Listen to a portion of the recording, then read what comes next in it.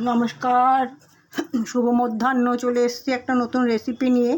আজকে আমি শাহি বেগুন তৈরি করে দেখাচ্ছি। দেখুন কিভাবে করছি। কড়াতে সাদা তেল দিয়ে দিয়েছি, তেলটা গরম হয়ে গেছে। এবার বেগুনগুলোকে আমি ভেজে নিচ্ছি।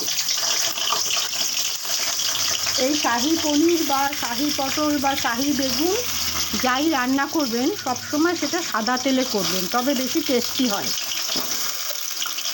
বেগুনগুলো লাগছে। শাহি বেগুন তৈরি করতে পেঁয়াজ কুচি, আদাটাকে ক্রাশ করে নিয়েছি। ফোড়নে একটা শুকনো লঙ্কা, তেজপাতা দেবো। তেজপাতাটা যদিও পরে দেবো। আর দুটো এলাচ, একটু জয়িত্রী, আর যে মরিচ, কাঁচা লঙ্কা, পেঁয়াজ কুচি, একটু জিরের গুঁড়ো। এই উপকরণগুলো আমার আজকে লাগছে।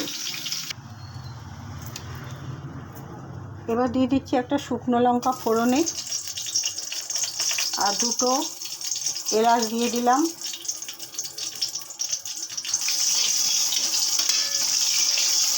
একটু জয়িত্রী,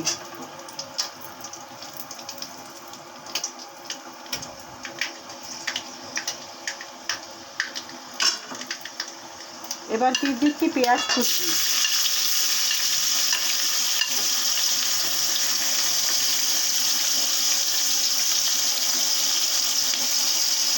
এবার দিয়ে দিচ্ছি আগে থেকে কুচি করে রাখা কাঁচা লঙ্কা, আর দিয়ে দিলাম কটা মরিচ। এই যেগুলো মরিচ।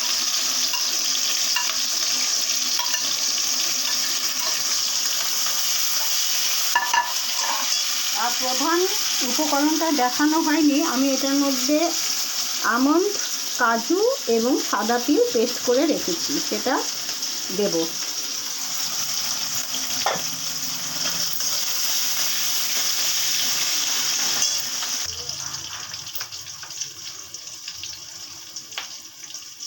দিয়ে দিলাম সামান্য একটু নুন। আগে ভিজিয়ে রেখেছিলাম একটু জিরের গুঁড়ো, সেটাকে এখন দিয়ে দিচ্ছি।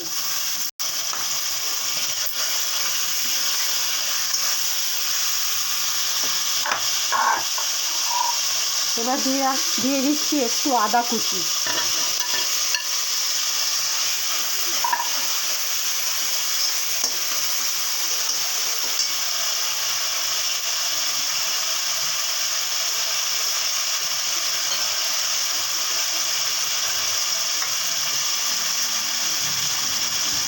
হলুদ ছাড়া রান্না হয় না, সেই হেতু একটু সামান্য একটু হলুদ।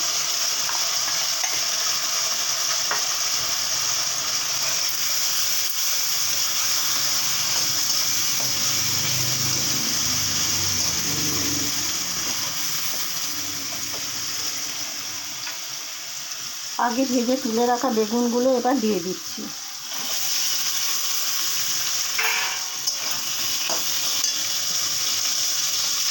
এবার দিয়ে দিচ্ছি মিক্সিতে পেস্ট করে রাখা আমন্ড, কাজু এবং সাদা তিল।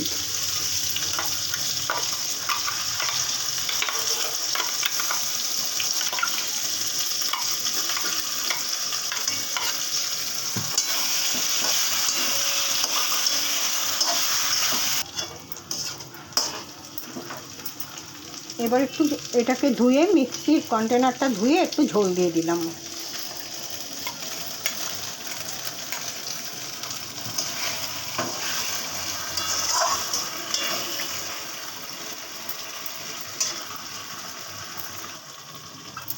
আবার ওটার মধ্যে রাখলাম। এবার দিয়ে দিচ্ছি সামান্য একটু মিষ্টি, চিনি, আর দিয়ে দিচ্ছি কয়েকটা তেজপাতা। তেজপাতাটা আমি সবসময় শেষের দিকে দিই। হয়ে গেছে মোটামুটি, দেখুন এরকম কি হয়েছে। আবার ফিরে আসছি। সবশেষে আমি একটুখানি বাটার দিয়ে দিলাম, যেহেতু এই আইটেমটা আমি এখন স্ট্যান্ডিং টাইমে রেখেছিলাম, একটু বাটারটা এই হিটে গলে যাবে। আর কয়েকটা গোটা কাঁচা লঙ্কা দিয়ে দিয়েছিলাম, ওটা আমার বলা হয়নি। দেখুন এটা এমনি গলে যাবে। এরকম হয়েছে, আপনারা এটা করে খেয়ে দেখবেন, খুব ভালো লাগবে।